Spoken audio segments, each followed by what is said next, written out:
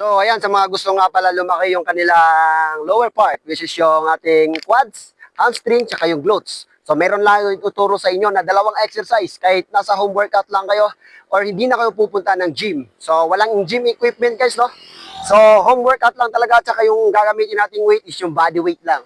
So, ganito lang guys. Dalawang exercise lang ha. So, let's go. So, una is homo squat.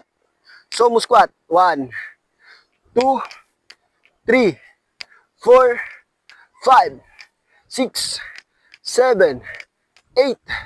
At yung pangalawa naman natin is yung hold squat. Ito yung pinaka the best guys kapag ginawa nyo to. 1, 2, 3, 4, 5, 6, 7, 8, 8, 7, 6, 5, 4, 3, 2, 1. So, ayun lang. So, mas maganda to sa mga beginner guys, no? Na gustong mag-improve yung kanilang glutes,